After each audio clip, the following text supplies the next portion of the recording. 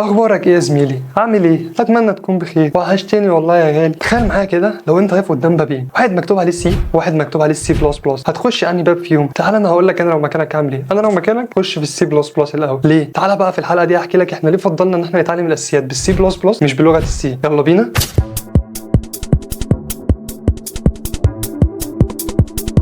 السي يا زميلي عامله زي كتاب تحويز قديم جدا، في جواه سحر جامد جدا ويقدر يتحكم في كل حاجه، بس حاجه صعبه على المبتدئ. يعني انا مثلا لو عايز اكتب كود بالسي هلاقي نفسي دخلت في بوينترز وميموري وقصه كبيره قوي انا لسه مش قدها، انا لسه بتعلم الاساسيات يا عم. انت السي بلس بلس بقى يا صديقي نفس السحر بالظبط، بس اتعمل له شويه ابجريد كده، فبقى ابسط شويه في التعامل معايا، بقى اسرع واوضح كمان، بقى في الاخر كده في مرونه في الحوار وفي سلاسه وانا بتعامل معاه. ممكن اتعلم بيه الاساسيات بتاعتي زي الفانكشن، الاري، اللوبس، البوينترز، كل دي اساسيات اعرف اتعلمها بيه. وكمان دخل فيه ايه؟ الاو او بي، الاوبجكت اورينتد بروجرامينج، اللي سهلت عليا وخلتني اعرف اقسم الكود بتاعي لمقاطع، وبقى الكود بتاعي يعتبر مش عباره عن غابه كده وخلاص، بقى متقسم لمقاطع ومنتظم شويه معايا وموديولار كده اهو، اسهل في ان انا افهمه واسهل في ان انا اتعامل معاه.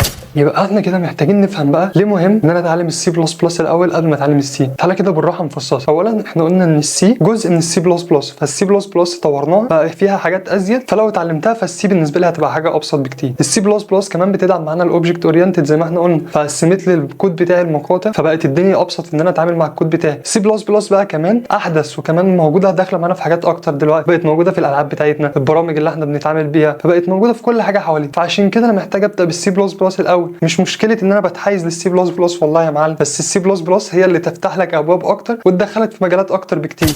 الخلاصه بقى يا صديقي، لو هتبدا رحلتك وعايز تعرف تبدا بايه، انا من رايي انك تبدا بالسي بلس بلس، عشان زي ما اتفقنا السي جزء من السي بلس بلس، فانا لو اتعلمت الحاجه الكبيره لما ارجع للحاجه الاصغر شويه هتبقى الدنيا ابسط معايا. لان في عالم البرمجه بتاعنا لغات البرمجه عامله زي كتاب السحر، كل واحد بيختار كتاب السحر اللي هو عايز يبدا بيه، فاختار كتابك صح عشان تتعلم اساسياتك صح. لو عجبتك الحلقه ما تنساش تعمل لايك وسبسكرايب وتفعل زرار الجرس عشان يوصلك كل جديد. كان معاكم يوسف من قناه كودياك، سلام.